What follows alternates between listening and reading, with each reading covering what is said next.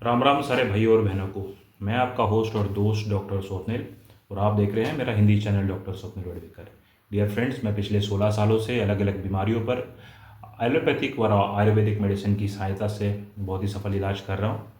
और ये चैनल बनाने का मकसद यही था कि जो लोग हैं बहुत सी बीमारियों से पीड़ित है उनको अच्छी और जेन्युइन दवा मैं इस चैनल के माध्यम से बता सकूं। तो आपका कीमती समय ना लेते हुए आज के टॉपिक को स्टार्ट करेंगे। आज मैं बात करूंगा कि ऐसे बहुत से लोग होते हैं जो हमें कंप्लेंट करते हैं। मिडिल एज के लोग आप ले लीजिए, बुज़ुर्ग लोग ले लीजिए या लेडीज़ ले लीजिए।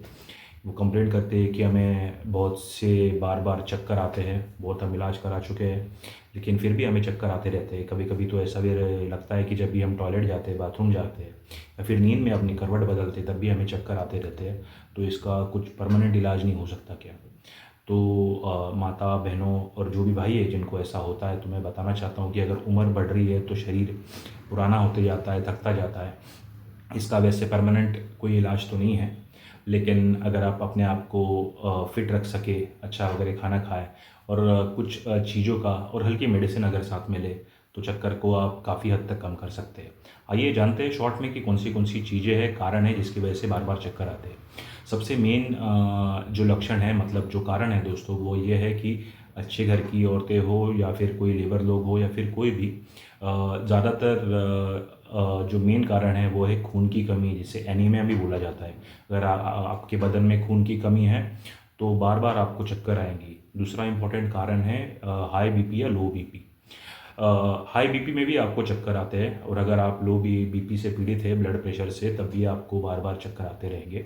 आपको रूटीनली तो भी 8-10 दिन में एक बार जाकर अपना ब्लड प्रेशर चेक कराना चाहिए। अगर आप मिडिल एज में है तो, सीनियर सिटीज़न हैं तब भी आपको चेक कराना चाहिए, बीपी के साथ में शुगर भी। मज़े की बात तो ये है दोस्तों कि हाई बीपी जितना भी होता है ब्लड प्रेशर, उनमें सबसे अहम लक्षण ये होता है कि कोई भी लक्षण दिखाई नहीं देता है। मतलब पेशेंट आपको कोई भी लक्षण बताएगा नहीं क्लिनिक में आके, लेकिन अगर आप उसे चेक करेंगे तो उसका ब्लड प्रेशर बढ़ा हुआ होता है। असिम्टोमेटिक बोलते हैं इसको। कभी कभी ऐसे केसेस में देखने को मिलता है कि अचानक उन्हें चक्कर आने लगते हैं, तो ये इंपॉर्टेंट है।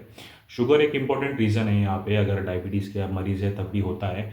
एक बहुत से ज़्यादा जो पेशेंट है, एक इम्पॉर्टेंट कारण अगला ये है कि खून की कमी के बाद में ऐसे पेशेंट जिनको सर्वाइकल स्पॉन्डिलाइसिस की बीमारी होती है, मतलब गर्दन में जिसे हमें गैप होना बोलते हैं नेक रीजन में, तो जो फोर्थ, फिफ्थ और सिक्स्थ गले की हड्डी होती है दोस्तों नेक में, उसमें थोड़ा सा गैप आ जाता है और नस पे जो है तान होने की वजह से उन्हें बार बार चक्कर आते हैं। ये कैटेगरी के पेशेंट बहुत ज़्यादा देखने को मिलते हैं सर्वाइकल स्पॉन्डिलाइसिस के, डियर फ्रेंड्स।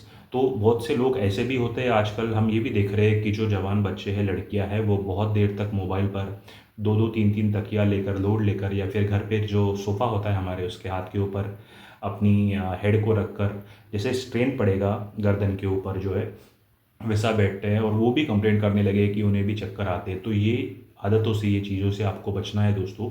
सर्वाइकल स्पॉन्डिलाइटिस जो है, इस केसेस में अगर आप नेक का कॉलर पहने, जैसे भी आपकी साइज़ हो, स्मॉल, मीडियम या लार्ज, अगर आप पट्टा पहनते हैं, कॉलर पहनते हैं दोस्तों, तो जितनी भी हमारी 7 हड्डियाँ होती है सर से लेकर गर्दन तक, वो सीधी रहती है और चक्कर आने कम हो जाते हैं।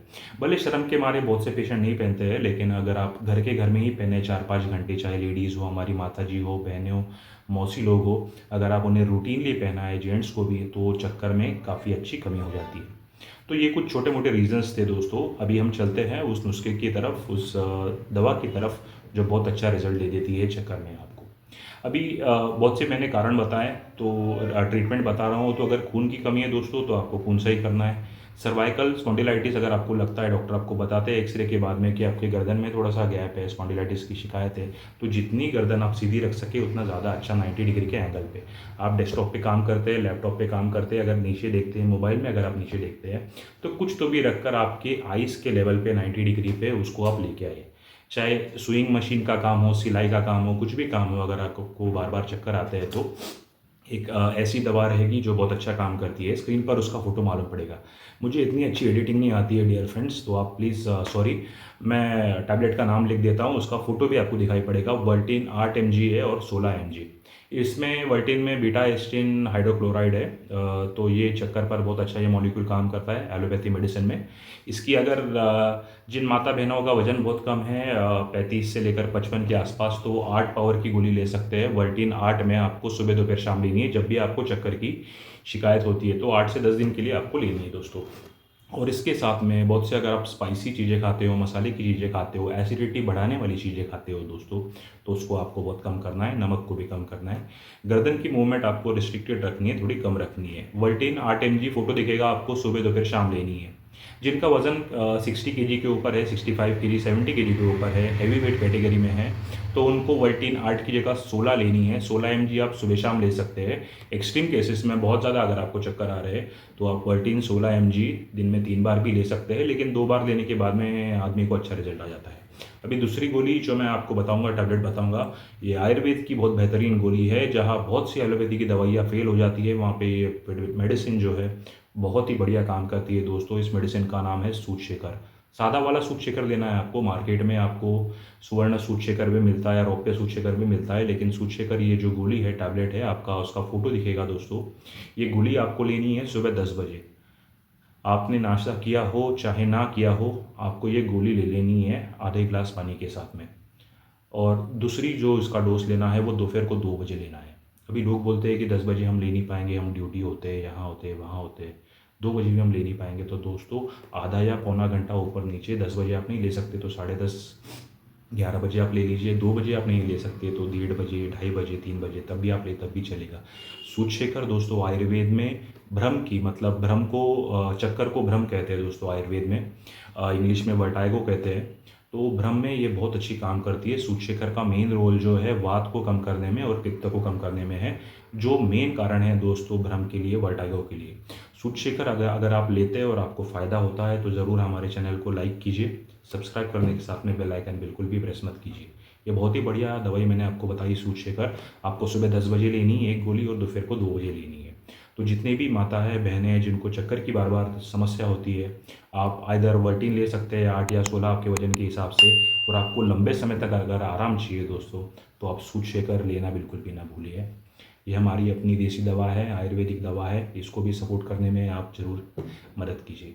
तो दोस्तों ये आज का छोटा सा वीडियो था जिसमें मैं ने आपको जो है चक्कर के लिए 2 बहुत ही अच्छी मेडिसिन बताई। अगर आपको ये वीडियो पसंद आता है तो ज़रूर वीडियो को लाइक कीजिए। जो अपने पीढ़ी दोस्त हैं, माँ है, बहन है, मौसी है, उनको शेयर कीजिए। और चैनल को सब्सक्राइब करने के साथ में बेल आइकन प्रेस करना बिल्कुल भी ना भूलें, क्योंकि जब भी हम नई वीडियो लाएंगे उसके नोटिफिकेशन आपको मिलते रहेंगे।